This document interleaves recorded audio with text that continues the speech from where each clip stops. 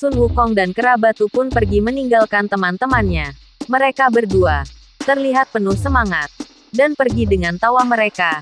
Namun tiba-tiba, kerabat Tu mencium bau busuk di dekatnya. Dia berkata, "Bau apa ini?" Wukong dengan keadaan cemas dan keringat mengalir di wajahnya. Dia menjawab, "Ini adalah bau busuk jiwaku." Tiba-tiba, satu persatu api jiwa Sun Wukong menghilang.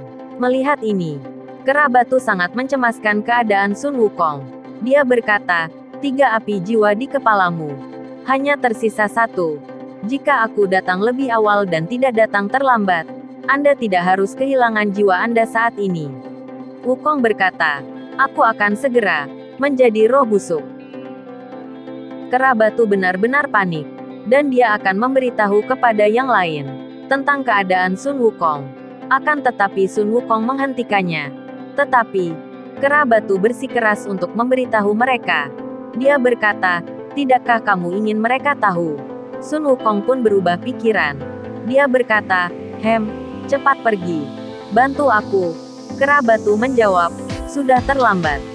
Rupanya mereka sudah ada di belakang mereka. Dalam keadaan genting seperti ini, Sun Wukong masih bisa tersenyum.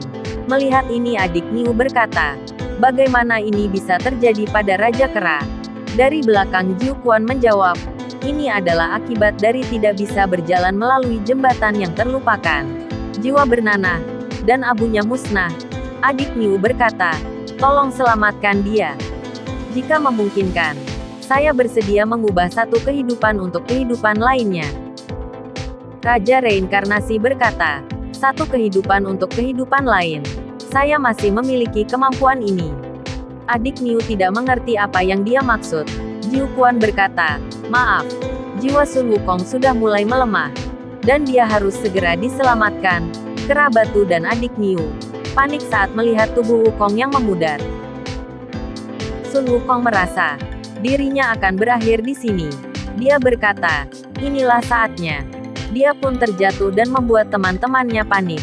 Dan di sisi lain, di hadapan api unggun, Tathagata dan Guanyin mencari tahu titik terang dari semua masalah yang dihadapi mereka.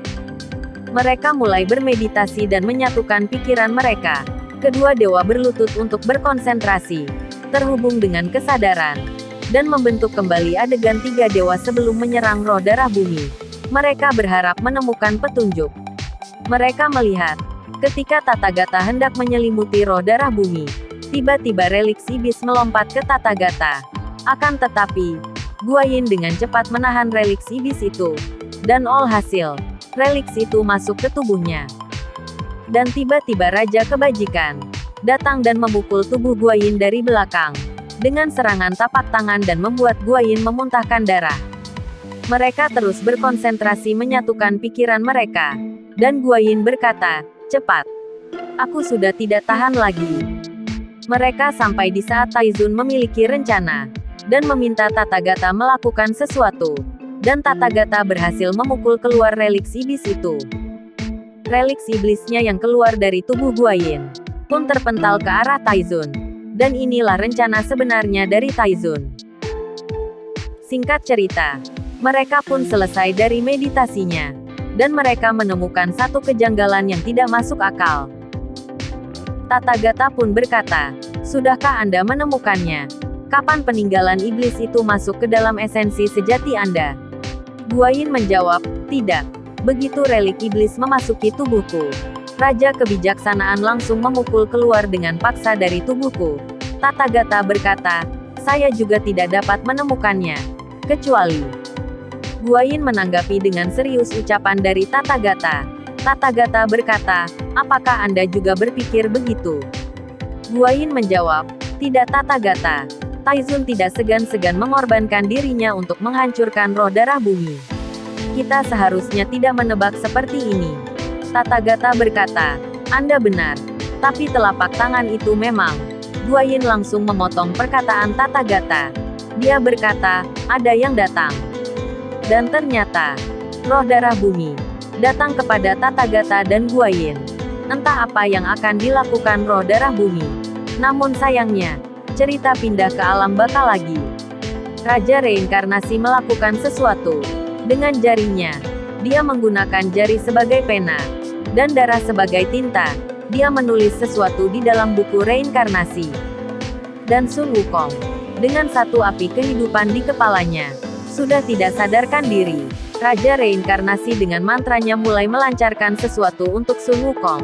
Dia berkata, Sun Wukong keluarlah untukku. Raja Kera, di buku Samsara Baojian sekarang memiliki nama Anda. Sun Wukong terbangun. Tubuhnya melayang di udara. Mereka semua panik melihatnya. Namun rupanya, Sun Wukong pun kembali. Dia berkata, tak disangka ternyata ada cara untuk mengubah wajahmu. Haha. Jiu Quan berkata, Tuan Samsara, Anda menggunakan darah Anda sendiri untuk menulis nama Raja Kera di cermin harta karun Samsara. Melakukannya akan membahayakan umur panjang Anda.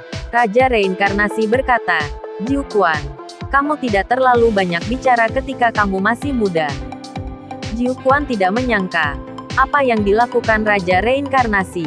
Wukong berkata, mengapa kau membantuku?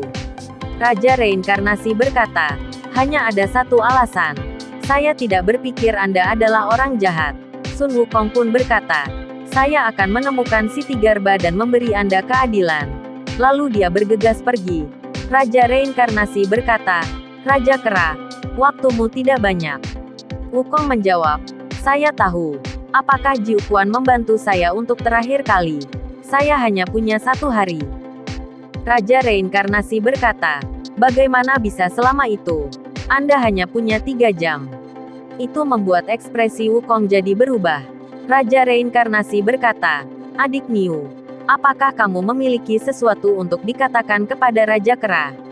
Memandang Sun Wukong, adik Niu tersenyum dan berkata, tidak ada.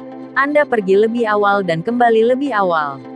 Wukong menjawab, oke, tunggu aku di sini. Lalu dia pun menangis. Dia berkata, lihat atau tinggalkan. Wukong pun memikirkan janjinya untuk berbicara pada adik Niu. Dia hanya mempunyai 3 jam. Dan apakah dia masih mempunyai waktu? Atau tidak sama sekali? Singkat cerita mereka pun tiba di tempat tujuan.